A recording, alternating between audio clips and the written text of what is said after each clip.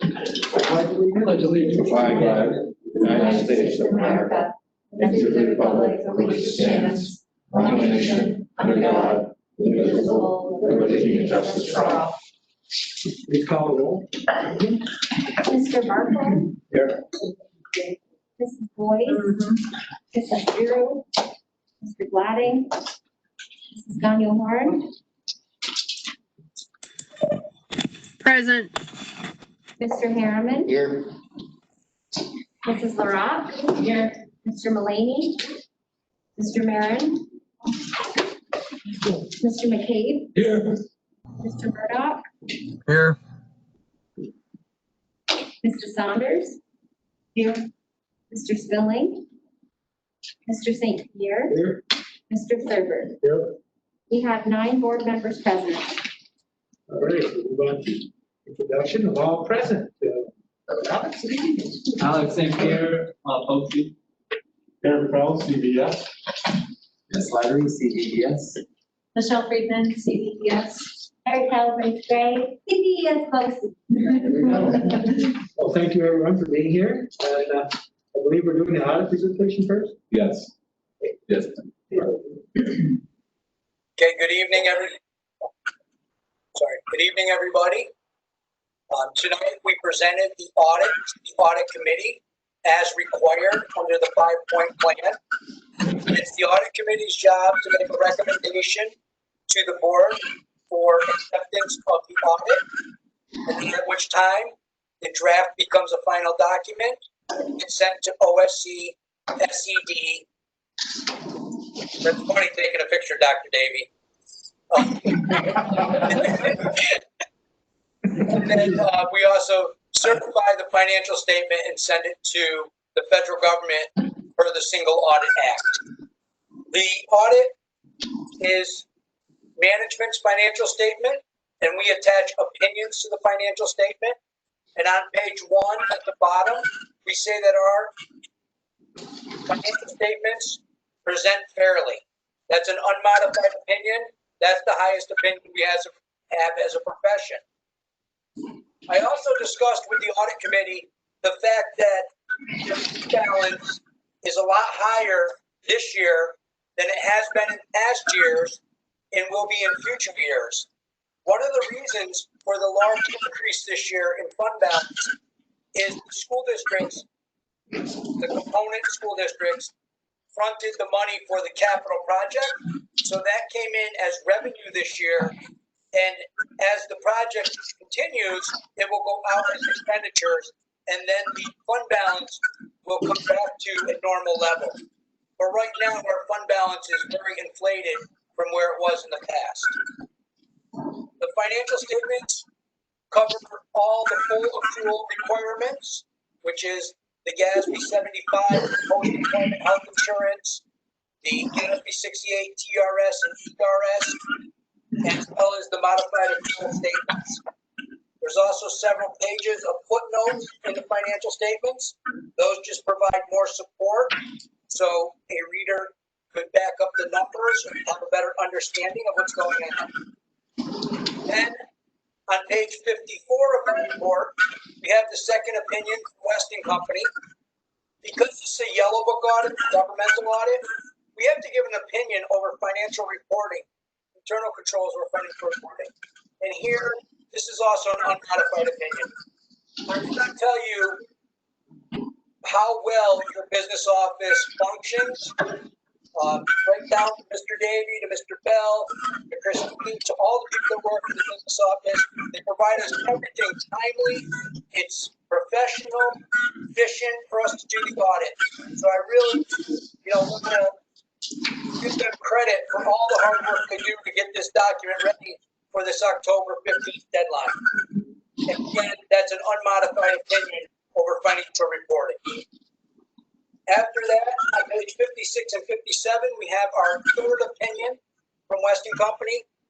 And this is an opinion over the grants and the school lunch reimbursements. Because the BOCES receives about $1.7 million in federal aid, we need to do what is called the compliance audit for the Single Audit Act. And here again, It's an unmodified opinion, no issues. And then lastly, in the financial statements, on page 62, here the audit of the extra classroom activity funds. This is required to be in the financial statement because the board has oversight over the clubs. So we do a cash basis audit of those clubs. And here we do have a qualified opinion. And the only reason for the qualified opinion is because they're not at the fundraisers. And there is no way to audit the fundraiser itself, audit from when the money goes from the bank and when from the check is written. So it's a qualified opinion, but we did not find any significant issues with the extra classroom activity funds. So hopefully, the audit committee will be making that recommendation to the board for acceptance tonight, and the board will accept it, and we can have this sent in timely. Are there any questions about the audit? Is there anything anybody would like to talk about with the audit? Doesn't seem to be. We're good? I would just like to take a moment and thank not only our auditors, everybody. Oh, Linda's trying to talk, okay. So Ms. Gagne-Horn, if you want to go ahead. I just wanted to apologize for not being at the meeting. My stepson had cataract surgery in Albany yesterday, and the doctor's visit went longer today than we thought, so I didn't get back till about 45 minutes ago. So again, I apologize to our auditors for not being present at the meeting, and please accept my apology. And Linda, if there's anything when you're going through the audit, if you wish to discuss, Eric or Christine can get you our phone numbers and we can have a long drawn out discussion. So Thank you. I appreciate that. No problem. I would just like to thank not only our auditors for their thorough work, but our CVES team, from Mrs. Myers and Mr. Bell and our entire business office team. And then we have our deputy auditor and our main auditor, Mr. Nat and Ms. Moulton. So we did hear from them this evening. They provided an overview of what they do, the steps that are in place to make sure that we continue to be at a high level. We're moving to electronic deposits across the board. So there's many things that we're continuing to update and streamline and improve. But again, it was very well done. And I'd just like to call upon our audit committee members who were there as well and say, is there anything you'd like to share? We spent a good hour discussing the audit and getting into the details, but anything you'd like to add? I think it went very well. Yeah. They do an excellent job for us, and our staff does an excellent job. And the few issues that were raised by the auditors seem to have been addressed or are in the process of being addressed. The other thing was the enthusiasm with which Ms. Moulton and Ms. Jeanette take their job and how seriously they address it. I don't think you have any concerns about whether or not everyone knows where the money's going. It's, they're very officious and very dedicated to what they're doing. And so that was good to see. Absolutely, thank you. And Mr. Bell, would you want to add anything? I know. Yeah, I would thank Mike and Amy for their work. We see auditors in this organization as partners for us. Some people fear auditors when they're above board and do things the right way and lead that way and have an organization that runs that way. We're not concerned to have auditors come in. We're appreciative of the work they do because they help us lead to the right direction, which is following the laws and requirements that are placed upon us by the New York State or federal requirements. And they, Weston Company have been a great partner of ours. We work with them, I would say, on a weekly basis. We call them up. If we don't know, they typically do know because they're in many different BOCES, as well as a lot of school districts auditing. So they give us a different perspective, and we do not hesitate to pick up the phone and call our auditors. We see them as a partner of ours, and that's the way we run our organization. And we're thankful for the work they do. We're very happy with the results of the audit. This is our expectation annually, to have an audit like this, which is very, very well done. It's not a guarantee that we have it, because mistakes do happen, but this is about as good as they can get for an audit. I'm very pleased with the work of our team and our organization. That's good to hear. So they're an excellent resource for our organization, would you say? Yeah. Okay. Anything else, Dr. Eby, we're all set? No, I think we're okay. So we're done with the audit? Yes, unless there's any final comments. Okay. No, thank you, Mr. St. Okay, so we need a motion to go to executive. I'll make that motion. Second. Richard, second by Lori. Anyone opposed? Okay, Mr. St. Pierre, if I could ask for the reasons, the rationale for our executive session. On number 4, discussion of proposed pending or current litigation. Number 5, a matter of collective negotiations pursuant to civil service law. That would include reviewing several MOAs. Matter of medical, financial, credit, or employment history of a particular person. We'll be discussing employment, promotion, etc. this evening. And also a matter related to a specific student in the district. Thank you. Okay. Hopefully all that is right. Got it. Thank you, I'm so sorry. I have to be totally honest, I forgot. I'm so sorry. So you have it. You know what, if you don't hear from me in a relatively short amount of time and you think that, oh, I haven't heard from her, please email me. I can forget. I just sent myself an email right now. We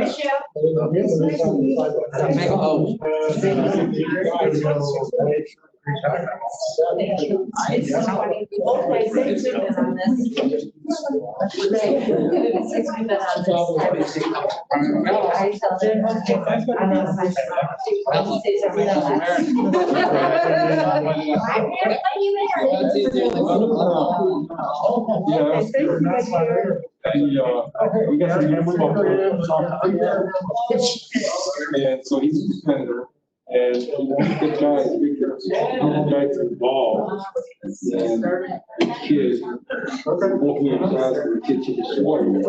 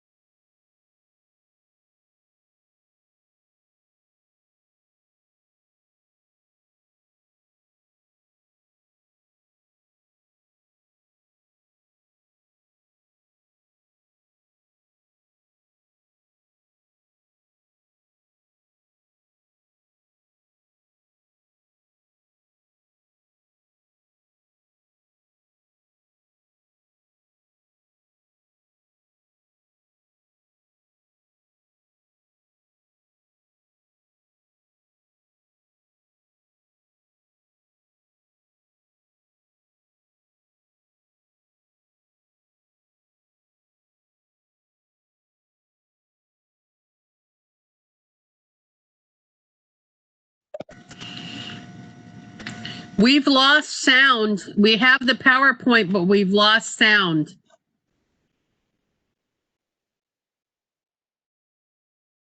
Oh, that's one. Yeah, Linda, I muted it because they haven't started yet, so I didn't want you to hear all the background noise. Appreciate it, Alex. Thank you.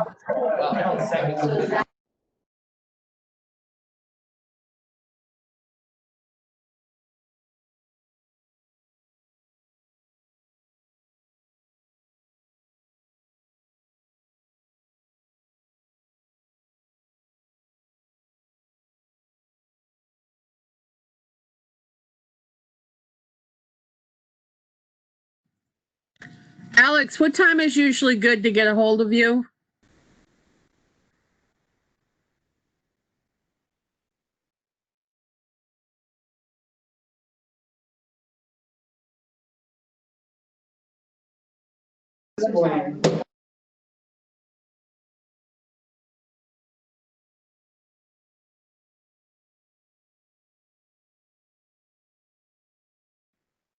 Didn't get that.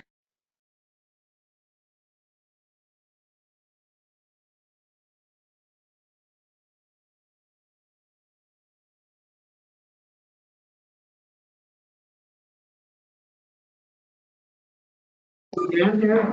Well, we did an introduction of all present at one point, but we have new people. So new people, please introduce yourself. Okay, I'm Eric Robert, President of Schoolhouse Construction Services. I'm Paul Lemoy, I'm the project manager for the project here.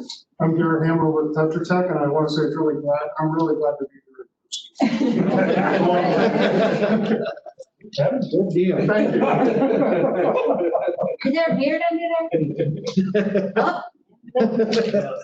Okay, so opinions and concerns from the audience. Anybody have anything they want to share? Go ahead. Okay, so for our board, as usual, October is Board Recognition Month. So I'd like to this evening just take a quick moment. We didn't receive an updated certificate this year, but I would like to really acknowledge the board's work and just share, on the occasion of School Board Recognition Week, I want to thank each and every one of our board members for their continued support of our collective efforts and in working with our component districts and their students to ensure exceptional, valuable, and innovative programs and the services that they need and want. Your services as a board member to our communities and our school districts has always been delivered with dedication, with wisdom, and with the best interests of our students at heart. This past year, we've all faced the onset of the pandemic, and you've continued to raise the bar. You haven't slowed down. Your commitment and dedication has continued par excellence. Your leadership and support has been outstanding, and we are eternally grateful for you. With your guidance, we have been able to continue operations as close to normal as possible, and I look forward to our continued work together as we plan, we work, and construct the new normal with each of you for our year moving forward. So I'd like to just take this opportunity, if I could ask our staff to please join me in thanking our board for all of you.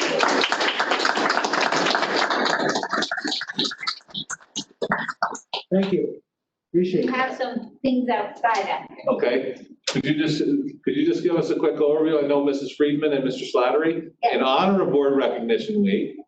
So Mrs. Friedman, could you just share a brief? Sure. So we had to improvise a little bit because I know you're used to a lovely spread of treats and some student presentations. Yeah. So this year, you each have your own individually wrapped, baked this morning, world famous CV Tech chocolate chip cookies and a little card that's attached from our graphic design and communications department. On behalf of all of us at CV Tech, we truly appreciate all of your efforts, and it's the least we could do to sweeten the pot a little bit. And I have to say, the two chefs, God love them, the culinary arts students did actually make the dough. Everything's made the batter from scratch, but they did that yesterday. Our Wednesdays are remote days, so we have no students on campus on Wednesdays. So the chefs baked them this morning for you, and the CV Tech staff helped put all of your packages together. So it was truly a divisional effort. So thank you for all you do, and enjoy your cookies. Yes, and Mr. Slattery from our Special Education Division, if you could share it as well. Yes, thank you, Dr. Davies. So thank you to all of our board members for your volunteerism and support of our organization. On behalf of the Special Ed Division, we have an outstanding art teacher, Roxana Palmer, and she has worked with our students at the Plattsburgh campus to prepare slate coasters for you. The slates were donated by one of our teaching assistants, Sheila Bouvier, and the students started preparing these coasters, I want to say 3 weeks ago. Each one is unique. We each get one to take home. They've been sprayed with a coating to seal the slate. And yeah, it's a small token of our appreciation of your work. We also have some bracelets out there for you, the CVES Strong bracelets, which really is become our theme during the school closure and the pandemic. So thank you for your support and enjoy your concert. Well, thank you. Thank you. Appreciate that. Thank you. I think opening update. Yes. Next item. For our opening update, I'd just like to acknowledge and ask if our directors or assistant superintendents would like to add anything. I know that we are now, this week, in week 6 of our in-person learning. Our staff has continued to work closely with our administrative team and our parents and families to provide exceptional learning opportunities in our new normal. And it's a new design. We're working with our component districts, but I can't say enough with appreciation for the work that's been occurring and the mask wearing that people haven't been complaining about, taking the extra steps to be extra safe, and to really work to face this challenge together, but simultaneously providing phenomenal learning opportunities. So I'd just like to ask our directors and our assistant superintendents if you'd like to just share any updates on your own. I'll share. I just want to say, really, I applaud everybody in their efforts, both in our organization and our component districts. We see a lot of tired faces on our WebExes, but they are out there each and every day making a difference for our kids in the North Country and trying to figure out how we do it rather than let's just throw our hands up and not bother doing it. So I do just want to thank them for all the work at the top. The superintendents are just every day, it's like 5 more things coming at them. And it's just like, how much more can people do? And I said, this week, we got a 4-day work week and we're trying to fit 5 days in. And like, it's just been like that since the beginning of the year. And it does take a lot on a toll on everybody, but I will commend what I see. And when I go to CV Tech and go to special ed, I see smiling faces and people are just trying to work together as a team to figure it all out. And I just commend everybody for that. And I just thank everybody. My office is here. It's just, we don't stop. Like the print shop kept going. Like no matter what, we were pumping out stuff and we were delivering stuff to districts. And so it's different. Yes, it's very different. Because I said, we're all here working, but we're still isolated. So it's like a strange dynamic. But we are doing a little going away for Amanda over Teams. Everybody's gonna get individual cupcakes wrapped. And so we're trying to just do things different, but still keep up the morale and because we know it is not easy. It's very, very difficult. So things that took an hour now seem to take 6 hours, So, but that's okay because we know it's in the end. It's just, we have kids in person and we know that's what's best for kids. So, so I just want to say thank you and thank you to the board for, allowing us to, no matter what, get what we need to make this happen because there's just stuff you don't even think of. You're just like, oh my God, we didn't, and it's like somebody will say something, we're like, that's a great idea. Our nurses deserve a lot of credit because I don't know how they're keeping up with managing and tracking in addition to the normal job that they typically did when we were in session during regular. So definitely everybody just doing what they can. So yes, thank you. But do you feel like it's going as well as expected or a little better than expected? I think we all lost the bet. We all were we took bets, like when would we start closing? No, I'm just saying though. I say it every week and I said, I'm gonna keep saying it every week because we stay in session. So if we keep saying it's amazing because many people thought you'll be closed in 2 weeks. Like, don't worry about it, you're gonna be closed. And then they're like, I'll give it a month, right? So I'm like, we passed that. So I keep saying every week, like every day is a gift, that's what we say. Sure. And we just take it one day at a time and we'll take what comes and we'll persevere. So, so I think we have been pleasantly surprised, but I think it's because Mark said, everybody's being disciplined, everybody's doing what they're supposed to be doing. And I just say, it's just be smart, don't be reckless. So I think if we can keep saying that, I come in to CV Tech when I get there in the morning, if it's the buses, you get hosed down, like stuff, and I'm like, oh my God, it's like hand sanitation, you're flying and spraying, and it's great, so, and the kids don't mind it because they know that's what keeps them in school. So, and I'm not saying, we're gonna be just like, we don't, Beekman Town happen to be first, Crown Point second, but it can be us tomorrow, it can be Crown, East Pet or Oak Flat, or it can be anybody. So we understand that, but I think we're doing a great job in the North County. Very good. Mrs. Friedman? Thanks, Terry, I agree. But don't say it. No. So as far as CV Tech goes, I really couldn't be any prouder. And I really think that a lot of what we're experiencing with being open, this is our 6th week of instruction, was because of the diligence and the hard work of really going into the weeds with the opening plans and scenario building and having, Dr. Davey and Terry and Eric in endless meetings and making sure that all the information was moved to the places that it needed to be so that we could really plan and be transparent. So right now in our level 3 model, as you know, we are live only on CV Tech, cohort A on Mondays and Tuesdays, cohort B on Thursdays, Fridays, and Wednesday is our remote day with office hours and some online learning. I am very proud to tell you that our enrollment is not just good, it's strong. It's higher than last year. We currently have 692 students participating. That does include a cohort of 25 LPN students and 17 other post-secondary adults in our daytime programs. We are about 40 students up from last year, different distribution from the pre-CTE and the regular CTE, which is super encouraging because you all heard of my concern about some of the tough choices that some of our students are having to make. And it appears that they chose to go live to CV Tech, and the fact that that choice was made, knowing what those students gave up to be with us, drives us to make sure we're getting it right and we're doing right by them. And we've told them as much. We've met with every single one of our students, socially distanced in the parking lot, and we had it all taken care of. And we wiped down all the chairs in between, and to continue to make sure that we are living by our culture and everything that we do, and that's what's driving us. So our welding program, which I think you all may be hearing a little bit more about very soon, we have 52 students in that program. I had to reallocate staff in order to compensate for obviously for the space concerns. Just in the normal year, I don't have 36 welding booths.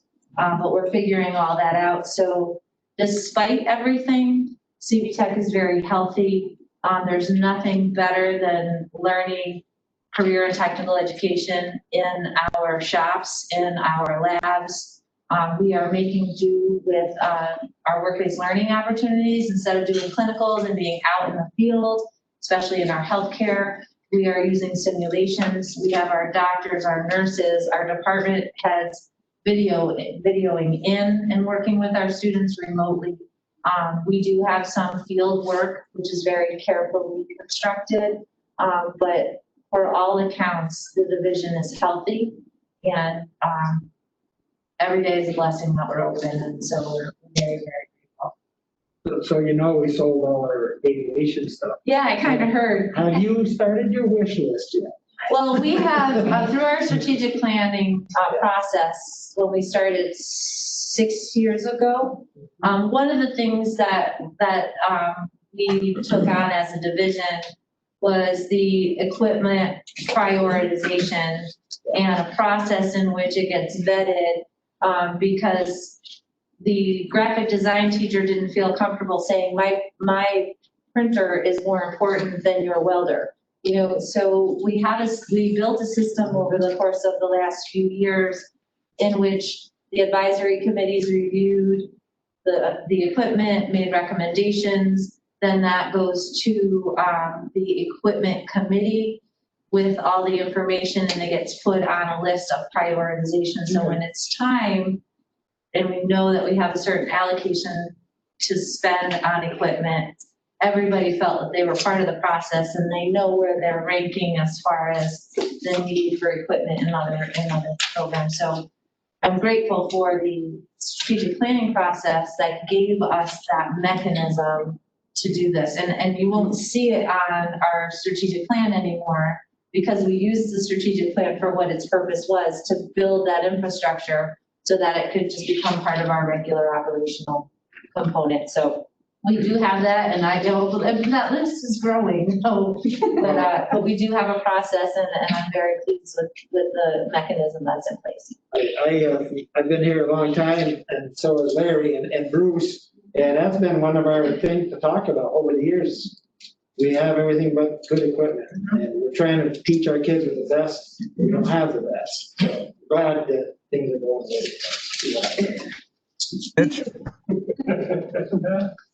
well. Hey, Bruce, go ahead. I just wanted to say this is what makes board service at BOCES so rewarding, that we've got able and extremely hardworking people from Dr. Davy on down to our custodians. With everybody has the same purpose in mind, which is the success of our students. And it makes it really a pleasure to come and do this kind of work. Perfect, exactly. Agreed. Mr. Slattery, Mr. Bell. Mr. Slattery? Okay.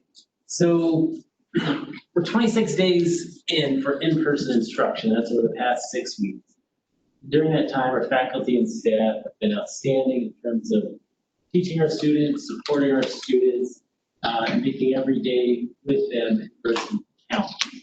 Things that we were worried about, I was worried about, this team was worried about, our staff were worried about over the summertime in terms of wearing masks, screening kids as they come off the bus, sanitizing, those have become second nature. They're automatic now. It's absolutely amazing to see these routines in place, from lunch and breakfast deliveries to the classrooms, everything between. Our kids and our staff, they haven't missed a beat because of the hard work that was put in planning, and then even the harder work in implementing those procedures. Our building looks better each day, thanks to our O&M team and the work of the capital project. We can't see it now because it's dark out. During the day, the improvements are significant. Again, that's on inside and outside the building. Terry mentioned our school nurses.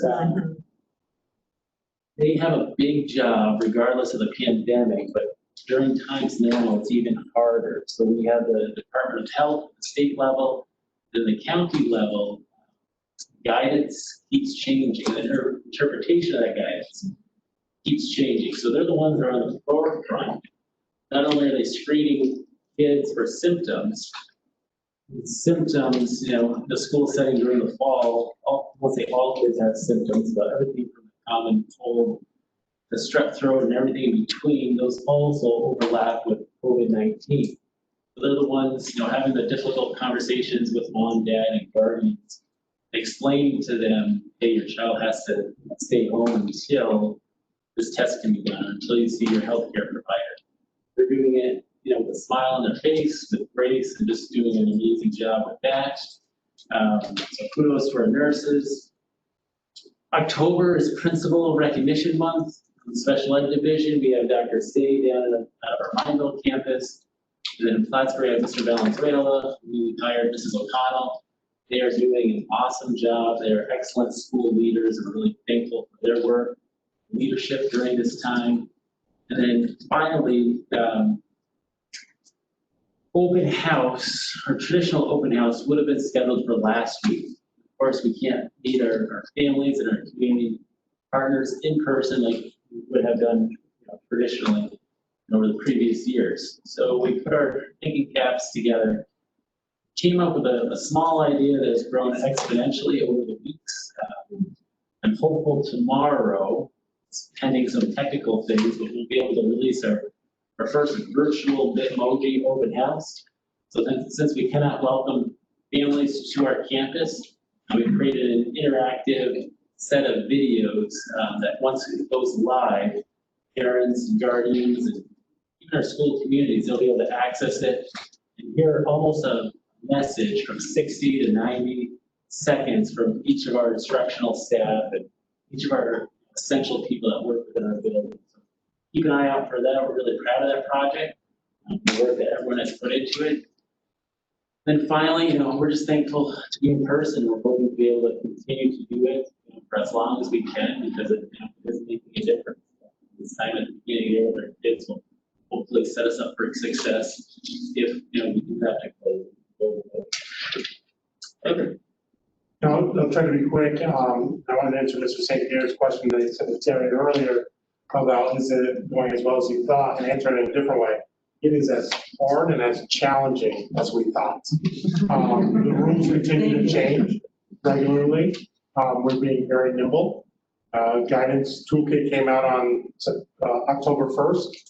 Now we've been a month in the school to try to define some return to school guidelines after a month of in-session. And then the webinar to explain that guidance happened on October 13th. So, there's big gaps in times here. State's kind of putting together, building the plan as we're flying through the air. But our team is being very nimble. And why I want to answer that question is similar to what Mr. Murdoch just said, is when you face adversity, you learn a lot about an organization, you learn a lot about your leaders, you learn a lot about your staff. We have faced adversity over the last 6 months, and in the real short term, the last 2 months, we faced a lot of adversity and a lot of challenges.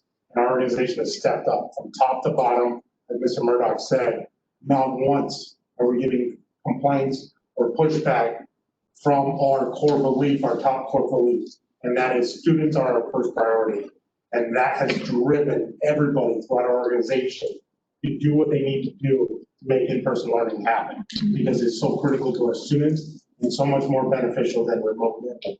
And everybody throughout our organization has held true to our core beliefs, our mission, our vision of our organization, through adversity, through challenging times that are every day changing, sometimes every hour changing. And it's been truly impressive.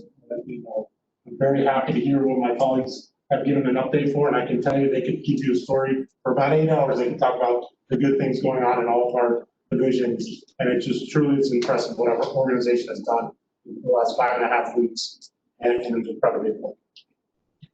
Thank you. Yeah, and I'll just give recognition to the people sitting in this room, because they've stepped up with their administrative team, with their staff, to respond in just phenomenally. And across our BOCES, it's gone, I think, well. And I just can't say enough about how our staff and our leaders, especially those sitting in this room, have responded and worked to be tireless in their commitment. Doesn't mean we don't get tired, but they come back the next day smiling, ready to work, and they set the example. And it then follows up with our administrative team, our coordinators, and our other staff, all the way across the entire organization. And that's O&M, it's our aides, it's our teachers, it's everyone just is continuing to just really work hard, but it starts in this room. And it starts with our leaders, and I can't thank them enough to say it's very much appreciated. And our teams that have worked with us have, I think, been phenomenal too, but it's been a real partnership across the board. So thank you. Let's enter in a hand for our staff. You can tell what the toll it's taken on us by my choice of footwear. Easy on, easy off. That says it all. I should have worn sneakers. There we go. So I guess we're ready for the capital project update. Yes, if I could, I'd like to just do a brief introduction. And as we start off, I'd like to just acknowledge a couple of quick points. We talked this evening about our exceptional students and how well we've worked with our construction team. Just want to give a shout out to our conservation class. We knew that there needed to be some extra work and some site work done on our satellite campus to clear land, to remove trees, to do the work that they normally would do as part of their program. And not only did they step forward, but they did it exceptionally. And they did it with coordination and planning with our contractors, with our construction team, with our architects. So real world, hands-on, real life experience. that applied to our campus and the building of our new entrances. So it was phenomenal. Just want to give Ms. Parker and Mr. Pierce as our two teachers, as well as our principal facto, Mr. McCartney, just everyone, Mrs. Friedman. The leadership was wonderful, and our contractors responded in kind. So they've not only been impressed, but Real Construction, and many of you may remember, I believe Anthony Real was on this board for many years, back years ago, and a dedicated board member. This construction company's been providing a lot of our site work and all of our paving and everything, have been phenomenal. They were so appreciative, and they acknowledged, and I shared this with the board in our transmittal, that they've allowed our students to work with their equipment when it wasn't being used for the site work. So you talk about real life hands-on experience. You know, I think they're doing some job recruiting too, to be honest with you. Recognizing we got to remember this young man or this young lady, because they'll be phenomenal work for us someday. But they've been phenomenal and providing the equipment that they use on their work sites and allowing our students to work on that equipment and get real life experience and use it appropriately with the best instructors in the state. Teaching them how to use it properly. So it's been phenomenal. So when you hear our construction update tonight, I want you to know that, you know, it's real, it's hands-on, it's real life, but it's also applied for what we do and how we do our mission. So with that said, I just want to thank our construction team who's here this evening. We do have Mr. Bouffard, who's on this evening from remote. We have Mr. Hamlin, who's our architect and we know Garrett and Jim for many years as Tetra Tech and Schoolhouse Construction as well. You know, Eric Robert, you've been phenomenal with your team. Mr. Lemoy, your collective team has been phenomenal to work with as well. You've been on top of it. And I can't say enough for the work that and the partnership that you've had with us. Hasn't been all stress-free, but you know, that's what happens. And there's tough decisions, but you also hold people accountable, and we want to thank you for that. We're so pleased to hear this evening your presentation. So with that said, Mr. Bell, if there's anything else you'd like to add, please do so as we turn the floor over. No, I'll pass it over to Eric, Paul, and Jim.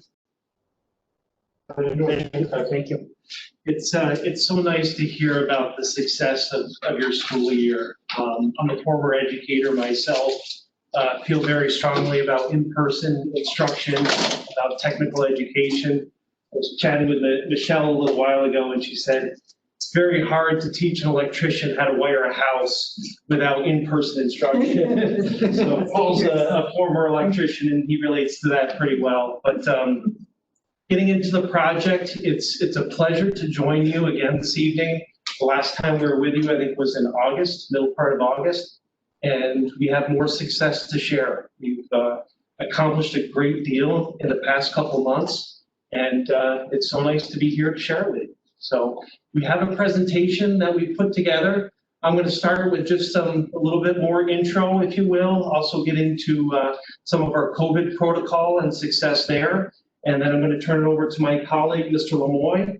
And then towards the end, Mr. Bouffard will take over, and he'll focus on the outlook going forward from here. So here's the agenda again. COVID, our status at our 4 respective locations, our outlook from here to the end of the project, and then we'll have time for some additional conversation and questions. So earlier today, we had our regular bi-weekly project meeting. It was so nice to hear from Mr. Bell that there have not been any COVID-related issues at the school. We're taking the protocol very seriously. We're happy to report that we've had no issues on our end. We've had to remind people about face masks. We've had to remind people about distancing and all that type of thing. But overall, the story is pretty similar to what I'm hearing here this evening, that our workers they're adapting to it. You know, they're showing a sense of respect for being here and continuing to work at your educational facility. Something else I'll share that Paul will get into a little bit more. You might recall a couple months ago when we were here, we spoke about the shift in our focus with the project. And so the focus, we have mostly been at the main campus this summer. and we've completed the majority of the work there. That has enabled us to move out of your educational spaces for the most part. Yes, we do have to get in there a little bit in second shift and take care of punch list items or materials that have been delayed by COVID, but it's to a limited basis, and it's also on a controlled basis. So we know what spaces people are going in, we know when to avoid your staff in these spaces with activities and so forth, and it's been very positive, very positive. Without further ado, Mr. Lemoy. Thank you. So I think I told you the last time we were here that I like to come when we have good news. I'll send Eric when we don't have good news. So I don't mind coming when we have good news. And certainly this summer, it wasn't good news that the COVID-19 thing happened. But what that allowed us to do is get contractors in here early. And as Eric just said, it allowed us to get out of the John W. Harold Center and get that work completed. We were scheduled to do work this summer and then come back again and disrupt your special ed students again next summer with more work. And I can tell you, you see the slide, we're 95% complete in this building. That 5% is our punch list items. A few items that haven't come in quite yet. The Canopy is one of them. I think the conference room steel, which is actually scheduled to show up next week. So those are minor little things, but 5% of that work we're going to be doing on second shift and get that completed. So we're really happy that we're going to turn this building over to you, and you've allowed students back in here, and we're not going to come bother you again next summer. So we're going to hopefully continue work down in Mineville and then over at the South building. Contractor roofing substantially complete. They also took on the additional special ed wing that was a mini bid, and they are probably a couple of days away from finishing that, along with doing the really nice canopies that they did. And I think we have a slide here in a minute that I can show you the entranceways that have really spruced up the entranceway, you know, to give people when they do come into the building that little wow factor for you. The last time I was here, you approved the electrical contractor changing out all of the BX wiring in the spaces that we were doing contract work in. That work has also been completed. And we've issued a work to complete list along with Tetra Tech issuing punch lists, and those are ongoing, and the contractors are then signing up, letting us know we've got some of that material. We're going to show up on Tuesday night and we'll get that work completed. So a few slides to show you there, the new campus road coming in here, the pavement, the striping. Real has done a phenomenal job with your site work around this campus. I mean, if you really want people driving in to say, wow, this is really nice, they certainly accomplished that with the entrances. There's the main canopy we were talking about. This was really a little bit by accident.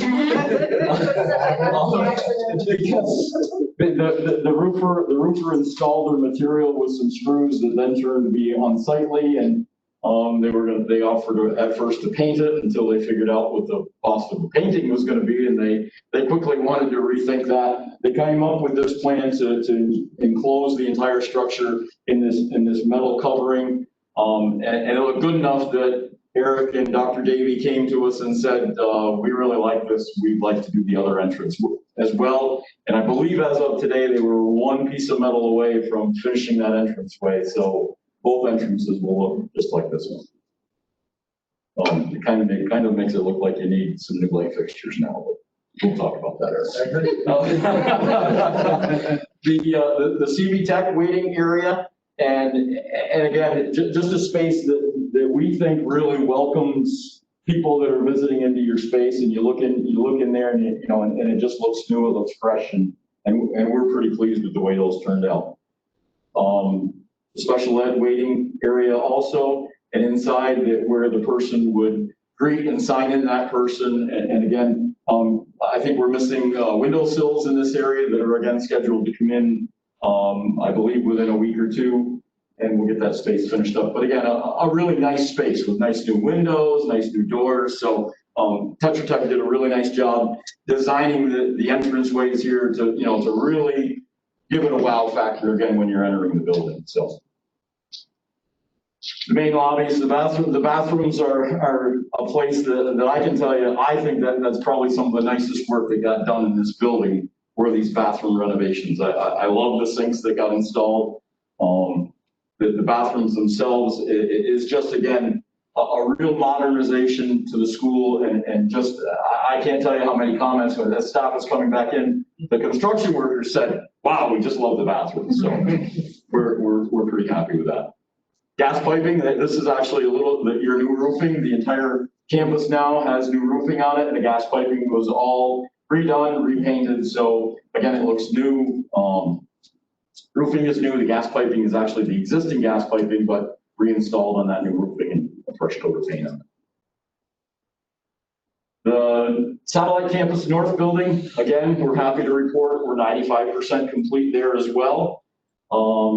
Again, we're looking to get out of your instruction spaces, and that was the goal. It was a challenge that I brought to contractors early on, and it wasn't easy for some of the contractors to commit to the work that they had scheduled for the summer. And I basically, the mechanical contractors one, I basically said, I'd like to double your workload for the summer, and we'll get you out of these two buildings. We'll give the buildings back to the owner. So can you meet my goal? And they all stepped up and said, yeah, this isn't going to be easy. We're going to have to work around some things, but they all met that goal, and I'm pretty proud of that.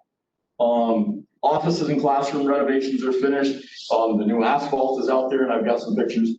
FRP doors and the exterior canopy, I told you the steel's coming next week, so that'll get installed. The new canopy will be installed, and the FRP doors. A COVID-19 thing kind of holding up some of that delivery stuff, but that'll be coming very soon. Some pictures of the site work. This was a little bit Dr. Davey and Eric wanting to do something around that transformer they were concerned about in the middle of the parking lot. So I thought I'd share that picture. And I think they've come up with a nice plan to make sure that we protected that transformer out in the middle of that parking lot really well. They came up with a pretty nice design for a bus loop. And I think it looks really attractive now with the green ballards, and it all kind of ties into the theme and look of your building. So. This is Mr. McCartney's office at the north building. Again, all finished. The corridor leading down along those offices as you enter, again, fresh paint and new flooring, and it just looks new, all new lighting. So the South Satellite Campus, this is where I think we've had the most challenging structural issues that came along. The annex foundation is complete. The actual framing of the exterior walls, the wood walls are all up. The stair tower masonry is probably a little bit better than halfway up. The site contractor installed a really nice new concrete bridge out to the military turnpike, and they've done most of the drainage improvements. They're looking at, they're probably going to be pretty well done for the fall, and then they'll come back and do the rest of their paving in that once we complete the south building in the spring.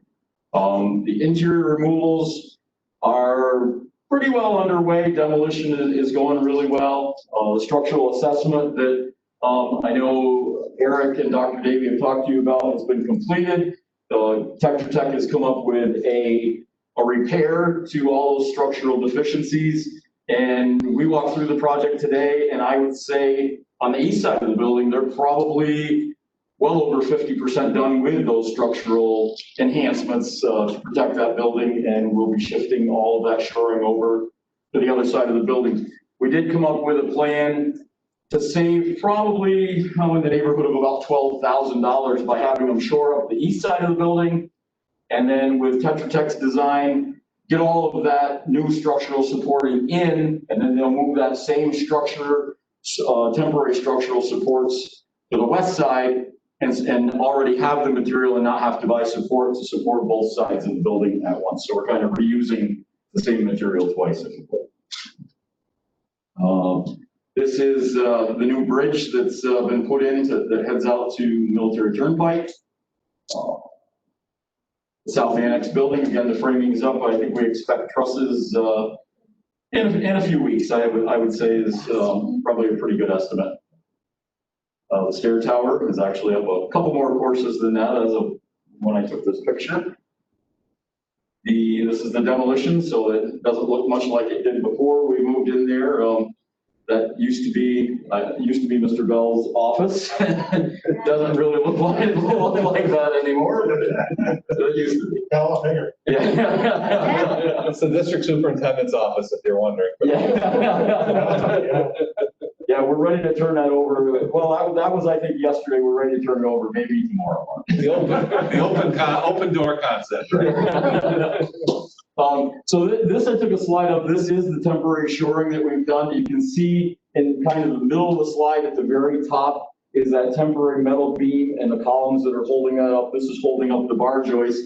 They gave the contractors the ability to install all the additional studs and shore up that building on a permanent basis. And then again, they'll take these same beams and columns and move them over to the west side, saving that $10,000 or $12,000 in beams and columns and supports that they would have had to buy 2 times the amount of. At the end of Dillon Education Center, we were able to get all of our site improvements done this fall. Playground equipment's been installed. We talked about a fiber optic cable that ran down through some trees. They were kind of in the way of being able to put the fencing in. Dr. Davey said, we'd really like the fiber optic cable going underground and protect that infrastructure for the school. So that conduit has been run. I believe Eric has entered into an agreement with PrimeLink to get the cable relocated underground. And as soon as the cable gets put underground, we're going to put your students to work again, and we got a few more trees for them to cut. So, and as soon as the trees are cut, then we'll be installing that fencing and get that playground enclosed. So again, a few pictures of your brand new playground facilities, and I think the next one is where I can actually show you. No, we're after this one. So the trees you have to cut are kind of right behind that ladder section. There's 4 trees that kind of stick out in front of all the rest. And those are the 4 trees that are in the way of finishing out that, making the fence go right straight along that tree line, if you will. So once we get that line down, we got to get the fiber optic line down, or we really need a tree surgeon to get those trees out of there without taking out your fiber optic cable. So, and I think we're going to turn it over to Mr. Buffard to finish up here. And Jim, before you get started on the outlook, just talking about what we've done, just want to jump in because we talked about expediting this project. That means a lot of things, and really it was an approach we took because of COVID, and it was a wise one. It's paid off for us, dividend-wise, but it took a lot of effort from Schoolhouse as well as really Tetra Tech. As part of that, we tell contractors, get your submittals in. You need them now. You're not doing this work 7 months from now. You're doing it in a month from now. And that had a lot of shock. So really Schoolhouse worked on a lot of the political pieces of it and calmed down the contractors a bit and helped lay out a schedule how we can make this happen, because it was a big goal of CVES. Let's take advantage of this time. And then Tetra Tech allocated staff and teams to review submittals, get those turned around in a quick time so orders could then go out. So it was really a shock to the whole system, but having a strong team allowed for it to happen. And then good contractors, we've been very fortunate that they stepped up and said, yes, let's do this, let's get it done. And then the other piece to this is, too, with Schoolhouse, as we transition to Tetra Tech's part of the presentation, they're not afraid to pick up a hammer. They're not afraid to take ceiling tiles down, put ceiling tiles back. If it's going to expedite this process or save us money, Schoolhouse has rolled up their sleeves and done the job. I can't tell you how many hundreds of ceiling tiles they've taken down and put back up, so that way we don't have a mechanical contractor saying, I don't know how I'm going to get to my stuff because ceiling tiles are here. And that's what typically happens. And they said, no, we got to keep going here, and they just do the work. We don't see a bill for it, they just do it. And that's happened for the last 6 months. So it's very, the team of Tetra Tech Schoolhouse and our internal construction team with Dr. Davies' leadership has been on point for 6 months getting this done. The last thing I would just say is, we're 6 months into what plan was 24 months of construction, and we're probably just past 50%, very close to 50% done now. So we've done very well as far as expediting. With that being said, I'll pass it to Mr. Hammer and Mr. Buffard. Eric, if I could just add one more thing. The one part that was a pleasure to work with in getting to this point was the CVES staff. Jerry Brooks is a pleasure to work with every day, and we need furniture moved, we need something taken care of. We weren't asking twice, it was just, when do you need it by, and he got it done. We were handing this building back to you admittedly pretty late in the game when you were going to bring students back in. I think we were still gluing down carpet tile and putting code base on as they were trying to finish cleaning up. And Jerry's team got that. As a former director of facilities, Jerry's team got this building looking immaculate for the first day of school after we totally destroyed the building throughout the summer. They handed it back to him. So he deserves a lot of credit for getting it back together. Yep. Jim, we're ready for you now.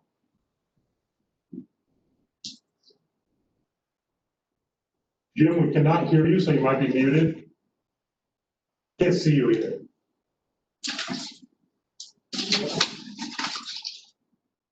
You're muted.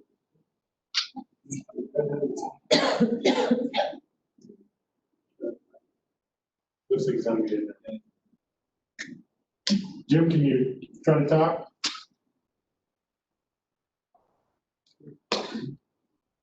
Nothing.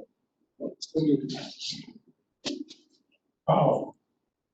I cannot hear you, Jim, just so you know. I see your lips moving.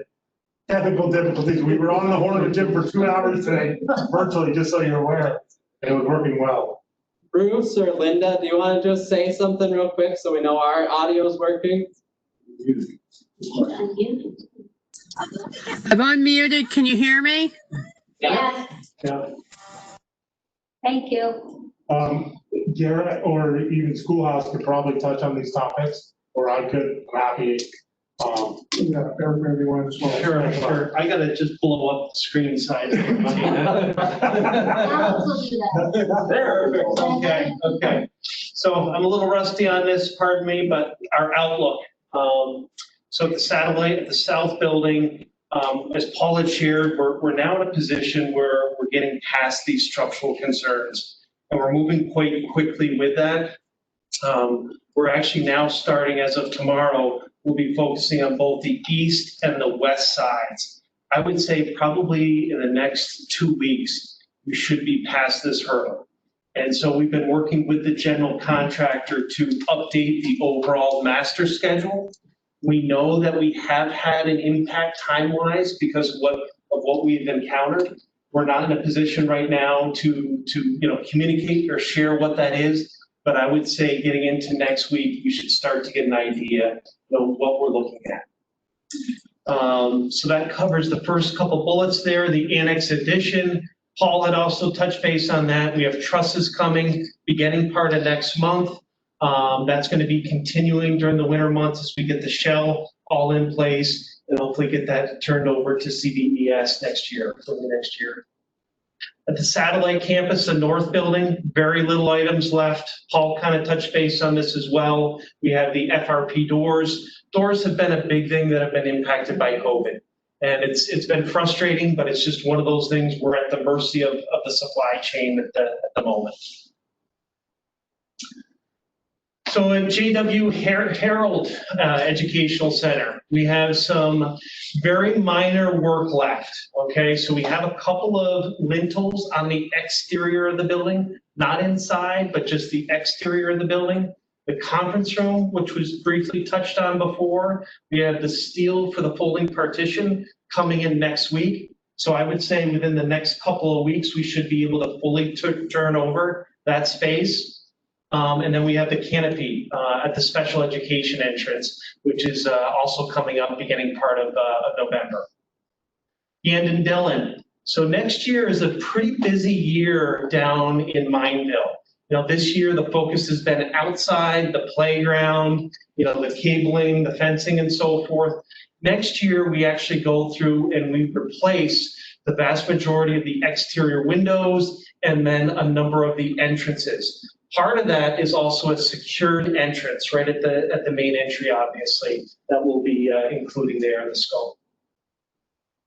And I would add to, as we look at our outlook going forward, there's parts of our project, we keep saying JW Harrow, we're not gonna bother you next summer. You know, those are statements we're making now. Yeah, we're looking at certain improvements that have been part of our building condition survey done by Tetra Tech that needed to be addressed. Our infrastructure projects addressing the doors in CV Tech, much needed. That work is again delayed because of COVID. We're anticipating it. November, we're hoping those doors are coming in. We don't have a ship date. But there's other items on that list. We've discussed windows. We've discussed other items on our main campus that were on our list to be addressed by capital project that were removed due to our previous construction manager giving us budget estimates at the time, that we needed to cut things out of the project. So stuff that we planned to do got cut out of the project. Now we're looking at those items and analyzing those items as we go along with our team. And Schoolhouse and Tetra Tech has helped us to compile that information and is continuing to help compile that information. We may need to take advantage of next summer and do some additional improvements at our Plattsburgh main campus. So I do want to share that because a lot of statements are, we're complete there. We're not going to bother you next summer. We're not sharing that really as a definite message because there's other items that could be addressed. So I did want to share that piece of it as well with the. Right, and if I could just add a couple final comments, and that is, you know, I know Mr. Bouffard was going to provide some updates and forward look, but he and Mr. Hamlin have been excellent to work with. They've been problem solvers. They've stepped in where we needed some tweaks on our designs. So I want to thank them. The Schoolhouse has worked as a partner, and Brad, one of your other team members, has been phenomenal. I can't tell you many times on a Saturday afternoon, I'll be driving around just kind of taking a few pictures that end up in your arena. And Brad is there checking things out, or he's talking with contractors who are finishing things up. And so Schoolhouse has gone above and beyond, and Tetra Tech has been right there every step of the way. And lastly, and I know Mr. Bell has given me a lot of kudos tonight. I think we all know too that Mr. Bell's been the point person who's been really working on a daily and weekly basis with our contractors, with our construction team, and has been doing it and keeping things moving in the business office. So everything was processing that needed to, payments were made, all those things have been happening, and Mr. Bell's been taking the leadership to make sure that happens. And I will just share with you, many of our cabinet meetings, there's problem solving, there's updates, administrative meetings, and so we're always brainstorming of ways we can do it better and be more effective, but also keep it moving forward and troubleshooting where we need to. So kudos to our whole team. Mr. Hamlin? Maybe if I could just chime in too. Jim was going to present the outlook. Thank you, Eric, for covering that. It's on the ground. I just want to say, it's been said a couple times, the team relationships that we have going on here are really very strong and to your benefit. So glad to see that happening and glad to see the project. It's very good. Mr. St. Pierre, any questions from the board at all? It sounds good so far. I'll be back again as long as there's good news.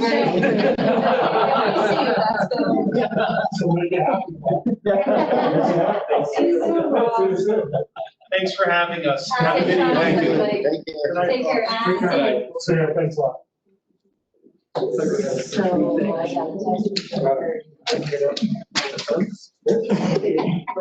one of the students that contacted him. All right. So we're ready to move on, everybody? We'll do the minutes of the previous meeting, the motion. I'll make the motion. Richard, second. Second. Lori, all in favor? Aye. Carried. Okay, new business, approval of the annual independent audit. Third up when we get here today. I'll make that motion. Motion by Richard. I'll second. Second by Lori. All in favor? Aye. Opposed? Carried. Okay, the consent agenda, financial, A through J. I'll make that motion. No questions? I'll second. Motion by Richard, second by Lori. All in favor? Aye. Opposed? Old business, there is no old business. Consent agenda for personnel, A through O. There's no questions, no motion. I'll make that motion. Richard, second. Brock, all in favor? Aye. Opposed? Carried. Okay, No action on 13A, it's an annual report on the reserves. Anything about that? I'm sorry, we have to go back for a minute. On enclosure 5, it says that, I donated $300. I was the conduit, that should read Woodman Life. Is that different though? So- She had a different donation that came into special ed. And so, Ms. Ganuhorn, we also just received another donation from Woodman Life for $1,000. For what? And so this is separate. So there I'm is sorry, you received another donation for what? from Woodman Life for $1,000. Oh, you did get, wow, okay. Yeah, so this Yeah, is- you got, they were, I was just the conduit. It's the 1,000, that is, again, both from Woodman Life. One actually came out of headquarters, something they were doing for the communities, that our, chapter put in for. And then the other is from our jurisdiction. So, they're both from Woodman Life. Great, and thank you for your generosity. So that second donation will be on the agenda next month. So we'll let you know it's coming, but Mr. Slattery? $300 donation is for the book bags and lunch bags. I can't understand you, I'm sorry. So we just need clarification on the $300 because that donation came in that it was from you. And then the second donation was from Woodman Life for 1,000. So can you verify the $300 one, who that was from? That was from Woodman Life. I was just the one who did the shopping and whatever. Okay, we'll note that in the minutes that that was from Woodman Life and not from you. Thank you. Thank you, Ms. Ganuhorn. Thank you. Okay, so, moving to 13B, the memorandum of agreement with CVES managerial employees. Motion by? I'll make it. Richard, second. I'll second. Lori, second, all in favor? Aye. Carried. Next one's a memorandum of agreement with CVES United Professionals. Motion. Motion by Dr. Donna. Second by? Mr. Harmon. Oh, Mr. Okay. That's right. All in favor? Aye. Opposed? Carried. Resolution to unseal and destroy the ballots with the project. Motion. Second. Richard, second by Lori, all in favor? Aye. Opposed? Carried. And the next one is a resolution to destroy the ballots from the merger vote. Motion. Second. Lori, second Richard, all in favor? Aye. Opposed? Okay, we're, oh, go ahead. Yeah, we're entering afternoon, those are the committee of the board of Chairman person reports to civil service. With Ashton Wood, Allison Wood. Motion. Second. All in favor? Opposed? Carried. The next one, 13G, is recommended the board establish applying temporary on-call rates for 2022. Motion. Motion. Second. Second, all in favor? Aye. And the last one is recommend the board approve the following list of substitute with temporary on-call payments 2021 school year. Motion. Second. Second, Richard, all in favor? Opposed? Carried. Okay, which is the plan update.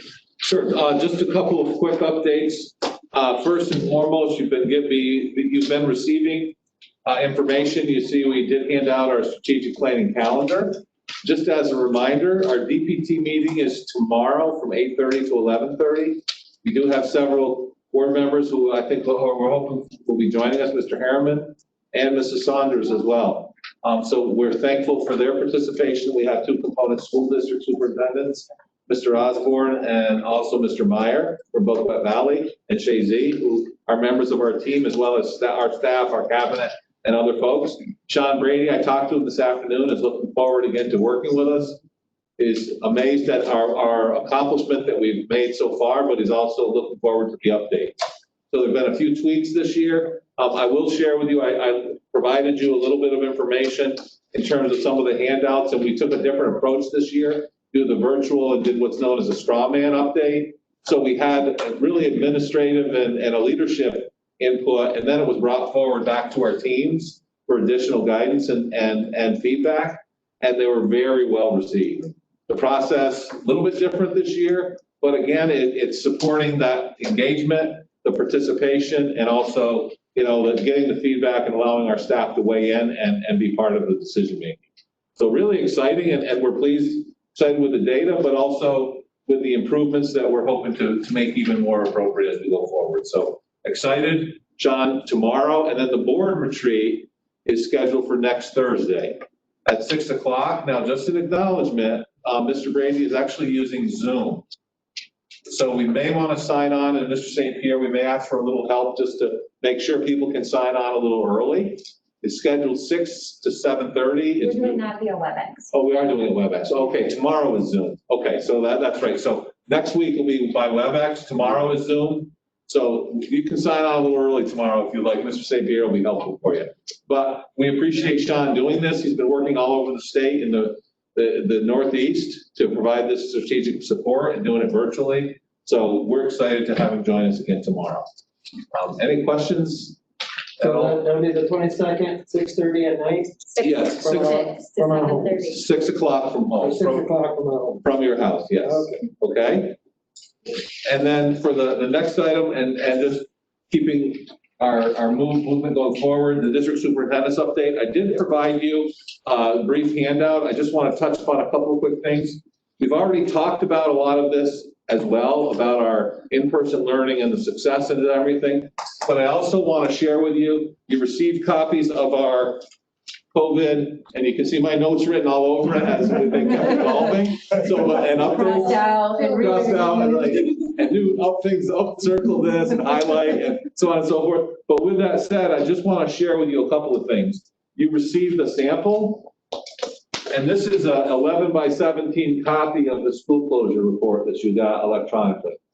So every school district that's closed and then reopens and so on and so forth is in there. So Beacontown is listed in here because you closed down for safety. Crown Point will be in here now as well. So as districts, Boca Valley was in here. So as we're going forward, this is a statewide update that's provided. Just so you know that it's designed by the state to try to keep us updated, but also keep them updated so they know what's happening in our schools. With that said, today, and I do encourage our Department of Health to try to be a little more proactive in our schools. So our superintendents, meaning your component superintendents, have been submitting on a daily basis data about testing, COVID cases, all that information. There's a whole series of questions. The BOCES have not been part of that submission. Last night at 6:15, I received an email that said there was a meeting at 10 o'clock today to show me how to do it.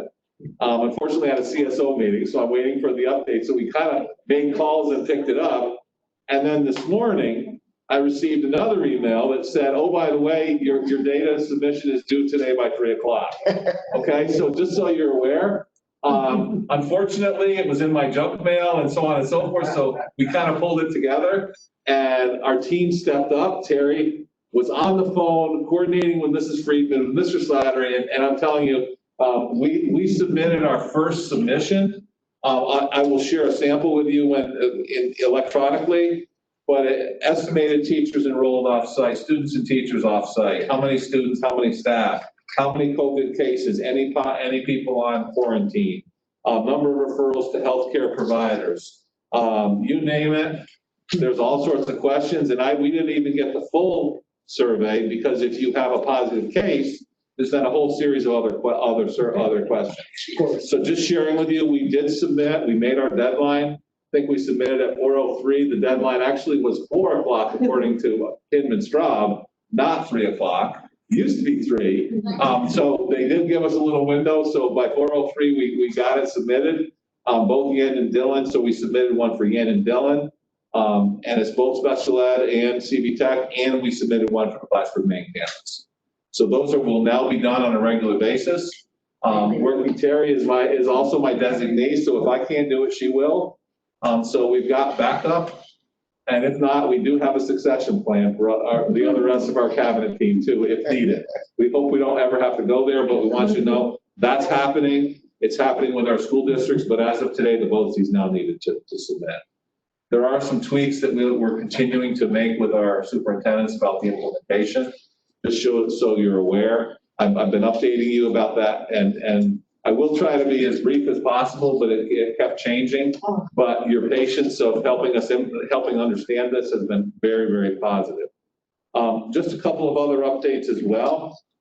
Board, we are hoping to be back here in November for another in-person meeting, and then have a conversation about, do you want us to continue with the remote and allow board members to access the remote during the winter? Our executive order allowing remote access has been continued by the governor's office, so that's still happening. And then this fall meeting is now virtual. If you remember, it's virtual. Some of you have signed up for that. A few other points I'd just like to share. We did acknowledge in our transmittal confidentially that we have a very special announcement tomorrow. That is scheduled for 11:30 tomorrow. Just sharing with you that we will have a press release that we'll share first thing in the morning involving one of our teachers who's being recognized as a national award winner. So we're thrilled and just excited about this and can't say enough of positive about the quality of our staff and also the exceptional teachers we have. But what a privilege it is to be able to share this information tomorrow and celebrate it. We have announced it as a press media event, so the media has been invited. We will be saying a few words in person. The national organization will be joining us electronically. So we're very excited about this and we look forward to celebrating that officially. It's not out there on the media yet, so therefore I'm not acknowledging the details, but you have an idea from the past and from my update. The other piece I just want to acknowledge too is it was shared about our CT reserve. I want to thank the board's support for that. Mrs. Friedman and your team has been phenomenal, Mr. McCartney especially. That the sale of that, our PAI equipment was $1.5 million. And that money has been deposited in a CVES account. The equipment is being boxed up and shipped on an ongoing basis. And our CT, and we were talking about it today, I just want to acknowledge this from our audit committee. We are able to put of that $1.5 million, $860,000 into the CT reserve to allow the purchase of equipment. In order to use that reserve, we would have to get New York State Education Department approval for equipment. However, the remaining $640,000 approximately we will be using this year, and plan will be to support the purchase of equipment since we are not able to put that all into reserve. So we just want to let you know, congratulations, CV Tech. Thank you to the board for your support and all of your leadership over these years to allow us to have a great program and then to evolve and to make some improvements as we go forward. So that's really exciting. Lastly, we talked about strategic plan already and that coming up. And just there's some other updates as well that we've been sharing. I know Ms. Gagnon-Horn, David Little, our executive director for rural schools, has been really active. You've been giving those updates. NISPA has been really putting messages out there too about supporting schools and working with the pandemic. NISCUS, the superintendent's organization, similarly advocating and lobbying. So we've been trying to keep you informed. Really, we're all pulling our major effort forward to support our students. We're concerned about the financial freight train if there's not a stimulus package. That's definitely a concern. So once you know, we will keep you updated. I will keep you updated on our efforts with that to advocate and coordinate with our legislators as well. So we're moving forward and we're really stepping up, but we need your help too and your advocacy to help provide that leadership with us as an organization that represents over 13,500 students, between 4,000 and 5,000 staff members in our whole region. So you really are in a leadership role and are duly represented, elected, and represent your school districts to support these initiatives in our schools. So we thank you for that. If there's any questions, I'm happy to. Yeah. So, just for information, after our closure, we had some real issues with the interpretation of the Department of Health guidelines, right? And I know that Dan said he's been working with you and Department of Health and doing the best they can with the information that we have, right? So one thing that became clear to us was the interpretation as it sat, caused one person with testing positive, and the way it was being interpreted, suddenly 106 people are being quarantined. And we want to be safe, but also be practical with the application, and it doesn't seem the case, right? And of course, we have a return to school program like we do here, but it's not realistic until you test it, right? You start getting into it. So anyway, some things that were applied just didn't seem practical. So I wrote a letter to Dr. Davey about trying to give some insight on how we saw it. And we reached out to NISBA, and I know that you met with them, and they said there were good things about your meetings with them. And then coincidentally, that was just after my meeting with the commissioner, because I was there for, aligned with her for roundtable. And so one of the problems that I'd like to get an update on, maybe what the latest is today, is that the biggest issue that we have is the symptoms, right? So right now, the way it's written, symptoms, any one of these symptoms, and you have to go get tested and have a bunch of issues. So on a practical sense, if someone has allergies right now, you basically have to go get tested. If my daughter is getting ready to start a menstrual cycle, has any of these symptoms, right? So what do we have to do? You have to get a doctor's note every month, go get tested. I think that's unrealistic, especially since if everyone in the community is telling the truth, then I don't think there's enough bandwidth. There's enough bandwidth to doctors in the area. So what do we have to mute that?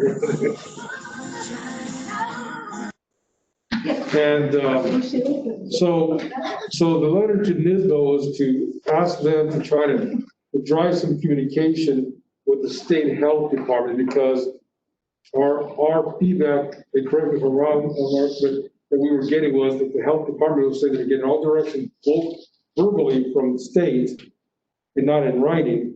And furthermore, that the federal interpretation is that it's the onset of new symptoms, which is very different than just symptoms, because it makes sense. If you know your child, they have allergies or whatever, the onset of new symptom makes sense. If you walk in and you suddenly sneeze, when it's different than a fever, that's a problem. So if everyone's telling the truth, then schools will be closing fast. And for us, it's not just the safety of the kids, but as soon as you have so many teachers get quarantined, you have to shut the school down, right? And I remember us talking about that a few months ago, and the possibility of having to shut down just for teachers, right? Because we were talking about that. So what's the latest with the interpretation? So several things. Number one, there is the new guidance that I shared that you received. Yeah. Does have an option for healthcare providers to have an alternate diagnosis. Right. So in other words, if you have a child or yourself who has allergies, and every year you see your provider for ragweed season, and you go in and you're sneezing and not feeling well because of allergies, they do have the option to provide that, but they're also asking as much as possible for alternative diagnosis testing. For example, if you're not feeling well and you have strep throat, then you take the antibiotics, the test is positive, that then provides actual diagnosis with testing to show what it is. So that's one of the options that they've allowed now. The other thing that's been an issue is if you're waiting, if a student or staff member is waiting for their COVID test, they have to, after 48 hours, well, they can't come to work until they have a negative. If they have the symptoms, they have to have a negative test. That's part of the rationale.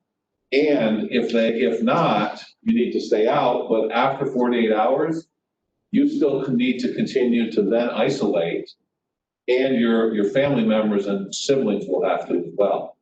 So in other words, if Mr. Marin, if your son has goes beyond 48 hours with a symptom, then legally and formally, both you and your wife and the other members of your family are supposed to isolate as well. So that's one of the things that we're working with, and it's part of the guidance that's outlined here. The other question that's come up really, and that is, after 10 days, we have had some instances where parents have said they've been unable to get their children tested. Said we just don't have the transportation, we don't have the ability to bring them to a test site, so on and so forth. The guidance does give a 10-day window and say after 10 days, there is an option to be able to say that you're fever-free for 72 hours. Your symptoms are resolved, you can come back. We are having discussions already. We are having further discussions with the health department, because that's something that it does indicate about an isolation, a release from isolation, but there's concerns about they didn't put people in isolation. So there's some clarification that we need to try to resolve, in our superintendent's They're the ones that quarantine, right? Not the school. They are. They're the ones. So the biggest problem that I see is that if you have someone that has a symptom, doesn't know that that's positive, and now you have every child in that class and the teacher and their other teachers, if they're in high school, for example, and pretty quickly you could have, enough teachers be quarantined that you can't open up the school. Right, but that's changed. They used to say you used to have to, after the 40 hours, you'd have to quarantine the entire class. They've said that that's not the case now. So if there's a positive, right. Yes. That's what happened with Crown Point. I mean, Yes. scale-wise, they got more quarantine than you did, because they got 50-some quarantine. And so when you compare your size school to theirs, like, it doesn't even, so they can't operate because they lost 7 teachers, I think. We have to close. Right, you don't have an option, you can't open. So it does create those problems. But we feel, like many of us have felt, like every time we get information, we're not gonna just quickly react to it. We're gonna process it, breathe, right? And work with the departments of health. And Mark's been very good about we've been in how many meetings with them? Like at least once a week, if not twice a week, we're meeting with them officially. And I know it's frustrating for our superintendents, it's frustrating for the Department of Health. Then you got New York State Department of Health saying something else, and it's like, well, we didn't mean that. It's like, so there is lots of interpretation, but we're trying to stay as consistent as possible between both counties, so that we're not sending mixed messages to parents, because it's very confusing, And so we've been very good, and with the toolkit did allow the chronic condition. Yeah. So that's a plus, because that is, that's good for us. But there's other things in there we're like, oh, is that gonna cause us to close? But even the chronic condition component, you still have to. Well, you got doctors who aren't willing to put their license on the line either, so our nurses aren't willing to do that either. The other thing also is, in my experience as someone who's actually been quarantined by the Department of Health, they don't quarantine you on one symptom. And call them and talk to them, and the nurses there are they will do an extensive interview normally. And I was not quarantined, I was quarantined because I had contact with a positive inmate, the only positive inmate, extensive contact with this positive inmate at the prison. And then I developed a couple of symptoms. Turned out I was negative, but I was quarantined. But it wasn't just immediate because I had contact, I was quarantined. In fact, it's a little different in our schools, because when they're in that classroom and they're beyond an hour a day, they're done. Like, it's not like a 10-minute or a. But I had extensive contact with And the unfortunate part is, as unclear as that is, and as hard as that is for them to articulate that to us, to articulate that to the principals and then to the nurses, it's very difficult for parents to understand, because none of us really understand it completely. And so on the other end of that phone is a very frustrated parent And our nurses are getting just barraged with that. And some of our principals are getting some very colorful language. And so it's creating, it's creating tension, and it's unfortunate because everyone's trying to be cautious. There is one update I'd like to just share too, that can help with some of this conversation. The state has recently announced that they're going to expand the rapid testing availability. So today on our CSO call, we had a conversation about gathering data about the number of absences that they've had. The health departments have requested the data to help us make the case so we can get expanded rapid testing here in the North Country. So there is testing available. For example, 213 Connecticut Avenue, from 9 a.m. to 2 p.m., 7 days a week, they're offering free testing. You drive up, it's like driving through a bay of a transportation garage. You pull up in your car, they come out, they swab your nose, do a deep dive, and you take it, and then you drive away. It's not a pleasant test, but it is considered effective, and that is the molecular. So it's a PCR test, not an antigen test, which is the rapid test, which can be done in 15 minutes. It actually takes about 10 minutes. But they're not as accurate. The antigen test, the rapid test, they're saying is very accurate for positive, but not so much from the negative. So many of the doctors, the pediatricians, are prescribing both. So what the health department has said is if you have a rapid test and if you have a child, that child gets a negative test, but the doctor says we still want to test you on the molecular, the PCR test, the more in-depth one. Your siblings could go back to school, but you're not supposed to be able to until you get the results from that. So we're working with the local interpretation somewhat, but there is also an application from the state level in terms of the guidance. So it's a work in progress. We're continuing to work closely with the health departments.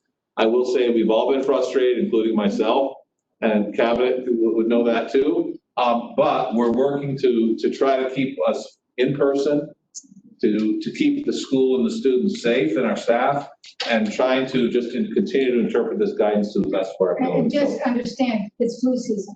Flu season has started, and symptoms for flu are exactly what COVID is. Right. Symptoms for COVID. Probably, So it's probably less most anyway. pediatricians are swabbing for COVID and flu at the same time. Okay, so the question still stands, at what point will they start using the CDC recommendation of onset of new symptoms as the guidance? Because right now, it's still any one of these symptoms. So if I have a headache, I have to deal with this night. So the only thing I can tell you is that in New York State schools, New York State DOH guidance prevails. So the CDC guidance may be a little bit different or a different interpretation of some of the symptoms. The New York State DOH guidance is what schools have got governed by. So regardless of the CDC, we have to follow the state's guidance. That goes to my point of working with NISBA to try to make sure that New York is working. So that was my email to NISBA, to you, right, about that. And have they, what conversations been had about that? Well, I know that, and I believe that's tied into, because they're obviously, if you follow the news, New York State's COVID positive rates are increasing again. Yeah. They've now started to create zones in the state with yellow zones, red zones, with the increased testing requirements, and also then reducing and stepping back some of the implementation steps. Your houses of worship, so many people, and less and less as you go. I think the top zone is you can only have 10 people in a church. That's in the worst case scenario. So with that said, that's the governor and the Department of Health, and we have to follow those guidance in our schools. But we, again, advocating, I'm a firm believer in saying that Assemblyman Jones, Assemblyman Steck, and Senator Little have been outstanding advocates for us to really make our cases. So we're working that level too, to try to have a conversation. I would say our WebEx that we had the other day, last week, was a outstanding WebEx with them, and they were advocating on our behalf, and they were following up too. So I mean, I'd have to give them really a lot of credit because they're bringing their full legislative support to our schools and our communities. But we do have to follow the DOH guidance from New York State. Yeah, they just need to be, I think the local DOH needs to be consistent with their perspective too, because like one of the persons that walked the student from the class to the front, kept the distance, had the gear in the face. They're not a medical person, so the medical person is the only one that's required to wear the mask and all this stuff, and they were still quarantined. And that wasn't consistent with the guidelines. So we can't have a guideline to the public if they're gonna change their mind and interpret. It wasn't about a guideline that was established. It was just, this is how they felt like they were gonna implement it. They were like, no, you can't do that.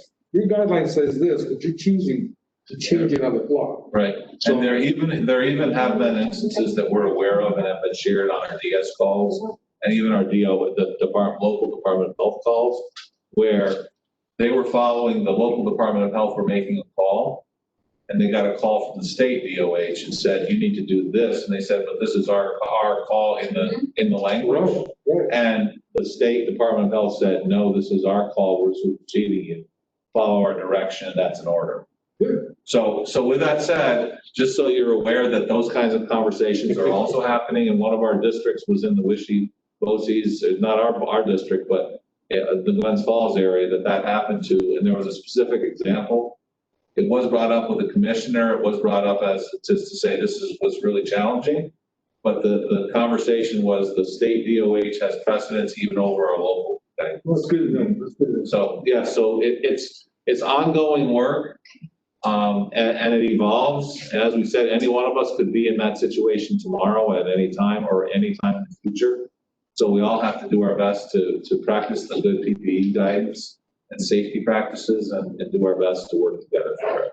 We've been fortunate, fingers crossed, we keep moving forward positively, but we've been very blessed to have the level of in-person instruction. We just hope to continue that at a really good level. Okay, thank you. Are we done? Hey, Bruce, we need a motion. I'd give you a motion to adjourn. I was just trying to get unmuted here. I'll second that. And a second, right? I second it. All in favor? Aye. Okay. Thank you, everyone. Good night, everyone. Okay, good night. Thank you. Safe travels, yes.